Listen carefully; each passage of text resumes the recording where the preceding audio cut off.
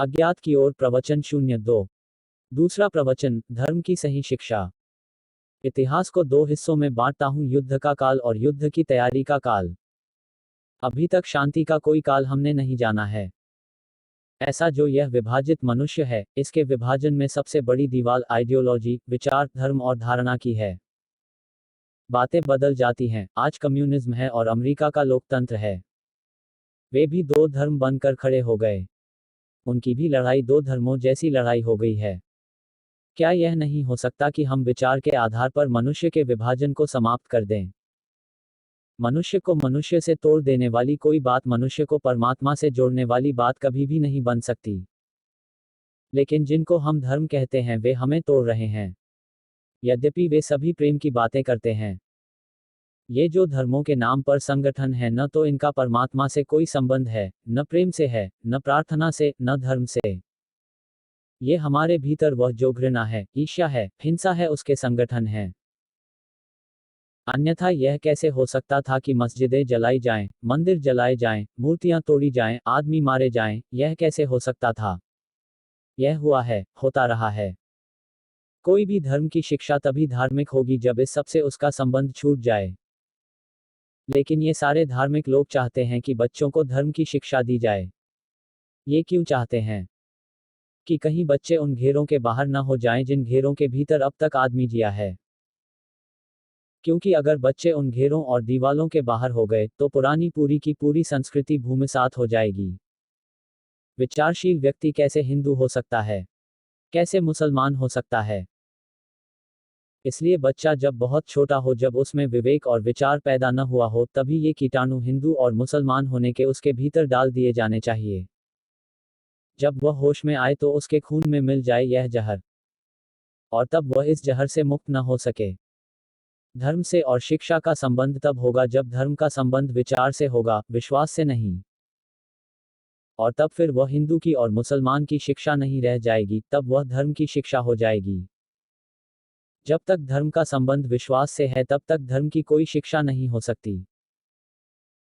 धर्म का नाम भले लिया जाए, वह हिंदू की शिक्षा होगी, या मुसलमान की, या ईसाई की, या जैन की शिक्षा होगी। सारे धर्म तो सिखाते हैं कि जो संदेह करेगा वह नष्ट हो जाएगा। यह कोई धर्म नहीं सिखाते कि तुम विचार करो, क्योंकि हो सकता है कि विचार उन नतीजों पर ले जाए जो उनके नतीजों से मेल न खाएं। इसलिए विचार से ये भयभीत हैं। सारे धर्म विचार से भयभीत हैं। इसलिए दुनिया का कोई विकास नहीं हो सका, मनुष्य जाति का विकास नहीं हो सका। जहां विचार से भय है वहां विकास असंभव है। धर्म शिक्षा का केंद्र बन सकता है। धर्म शिक्षा में आए धर्म को पुनः शिक्षित होना पड़ेगा, धर्म को खुद पुनः दीक्षित होना पड़ेगा। वैसा ही धर्म नहीं प्रवेश पा सकता विद्यापीठों में जैसा धर्म बाजार में प्रचलित है। वह गलत है। वह बुनियादी रूप से गलत है। तो विद्यापीठों में, शिक्षालयों में निश्चित ही धर्म आना चाहिए। क्योंकि यह बात अधूरी होगी कि हम केवल पदार्थ के संबंध में चिंतन करें, यह बात अधूरी होगी कि हम केवल पदार्थ के संबंध में खोजबीन करें। यह पूरे मनुष्य को जानने में बहुत अधूरी सिद्ध होगी। जानना ही होगा, सोचना ही होगा। एक दिशा तो विज्ञान है, बाहर जो हमारा जगत है उसको हम खोज रहे हैं। एक दिशा धर्म है, भीतर हमारा जो जगत है उसे भी खोजना है। दो जगत हैं, एक हमारे बाहर है, एक हमारे भीतर है। धर्म उसकी खोज है, भीतर जो है मनुष्य के, समस्त के, प्रकृति के, उसकी खोज है धर्म। विज्ञान जो बाहर है उसकी खोज है। बाहर की खोज अधूरी है। भीतर की खोज से शिक्षा का जरूरी संबंध होना चाहिए। प्रार्थना तो प्रेम का और भी गहनतम रूप है। और जब प्रेम नहीं सीखा जा सकता तो परमात्मा कैसे सीखा जा सकता है? परमात्मा तो जो हमारे जीवन में सबसे ज्यादा अननोन है, सबसे ज्यादा अज्ञात है, वही है। उसे सीखा नहीं जा सकता, उसे जाना जा सकता है। पहला तत्व तो है साहस। अदम्य साहस चाहिए जिसे परमात्मा की खोज करनी हो। हिमालय चढ़ने में कोई बहुत बड़े साहस की जरूरत नहीं है। अभी सारा धर्म भयभीत है, भय से ग्रसित है। सारी हमारी नैतिकता भय पर खड़ी है। यह डरवाता नरक भेज देगा। वह वहां आग में डालेगा और यह करेगा।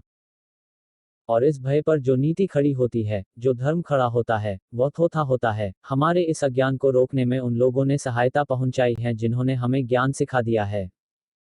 ज्ञान तो सिखाया भी नहीं जा सकता। अज्ञान तोड़ा जा सकता है, खोजने के क्या सूत्र हो सकते हैं, मार्ग हो सकते हैं, वे उन्हें बताएं। खोजने का पहला सूत्र है अशांत चित्त कभी कुछ खोज नहीं सकता। अशांत चित्त कैसे खोजेगा? गांधी पैदा होता है, गोली मार देते हैं। यह हमारा व्यवहार है ठीक मस्तिष्क के लोगों के साथ। यह आकस्मिक नहीं है। यह बिल्कुल स्वाभाविक है। हमारे दिमाग खराब हैं। तो शिक्षालय, विद्यापीठ विचार ही न सिखाएं, मौन सिखाएं, मौन की दिशा में अग्रसर करें, थोड़ी देर के लिए निर्विचार होना सिखाएं। मस्तिष्क का श्रम ही नहीं, मस्तिष्क का विश्राम भी। और बड़े मजे की बात है कि जीवन का जो भी गहरा अनुभव है वह जब मस्तिष्क विश्राम करता है तब उत्पन्न होता है। क्योंकि तब उस शांति में, उस मौन में ही वह जाना जाता है जो हमें घेरे हुए है, जो हमारे भीतर है। मेरी इन बातों को थोड़ा समझने का प्रयास करेंगे, क्योंकि मैं यह तो नहीं कह सकता कि मेरी बातें मान लें, क्योंकि अगर मैं यह कहूं तो मैं फिर पुराना धार्मिक हो गया। जो भी आपसे यह कहता हो कि मेरी बातों का विश्वास कर लें, उसे शत्रु समझना। मैंने जो कहा, इस पर विचार करना, संदेह करना, इस पर सोचना, इस पर विचार करना। अगर इसमें से कोई चीज ठीक लगे, वह इसलिए मत मानना कि किसी ने आपसे कही है, वह इसलिए मानना कि वह आपको ठीक लगी है। और उसको भी उस समय तक ही मानना जब तक ठीक लगे, और जिस क्षण भी वह गलत लगे उसे छोड़ने का साहस रखना, उसी वक्त छोड़ने का साहस रखना। इस भांति जो व्यक्ति विचार करता है, खोजता है, निर्णय लेता है, उसके जीवन में विकास होता है, गति होती है। और यह बात असत्य है कि विश्वास और श्रद्धा से धर्म मिलता है, यह एकदम असत्य है। विचार, विवेक, शोध और अनुसंधान से धर्म मिलता है। और जिनको विश्वास से मिल जाता हो तो वे काहिल और सुस्त लोग होंगे, जो खुद नहीं खोजना चाहते। वे भी बाजार जाते हैं, 2 पैसे की हंडियां खरीदते हैं, तो उसको भी बजाते हैं, लेकिन परमात्मा को बिना बजाए स्वीकार कर लेते हैं। बेईमान हैं, आलसी हैं, सुस्त हैं, खुद खोज करने की श्रम से बचना चाहते हैं। और स्मरण रखें, दूसरों की आंखों से कोई कभी भी नहीं देख सकता, अपनी आंख चाहिए। मेरी आंख से आप नहीं देख सकते, आपकी आंख से मैं नहीं देख सकता हूं। लेकिन उपदेशकों के हित में यही है, पुरोहितों के हित में यही है। वे कहें तुम्हें आंखों की क्या जरूरत है, हमारे पास आंखें हैं, हमारी आंखों से देख लो। जितना ज्यादा अंधे होंगे उतनी ही बड़ी भीड़ उनके पीछे खड़ी होगी। और लोग जितने भेड़ों की भांति होंगे उतना ही ज्यादा उनका अनुगमन होगा और शोषण होगा।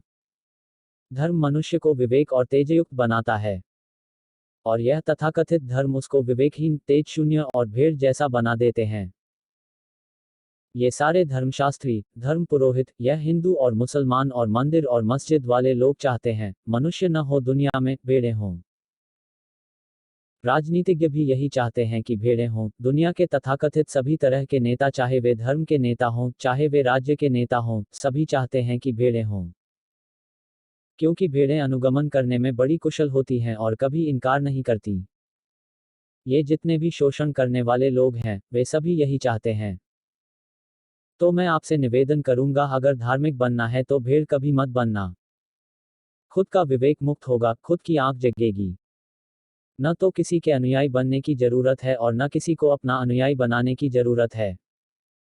धर्म की खोज एक एक मनुष्य की वैयक्तिक खोज है, कोई सामूहिक उपक्रम नहीं है।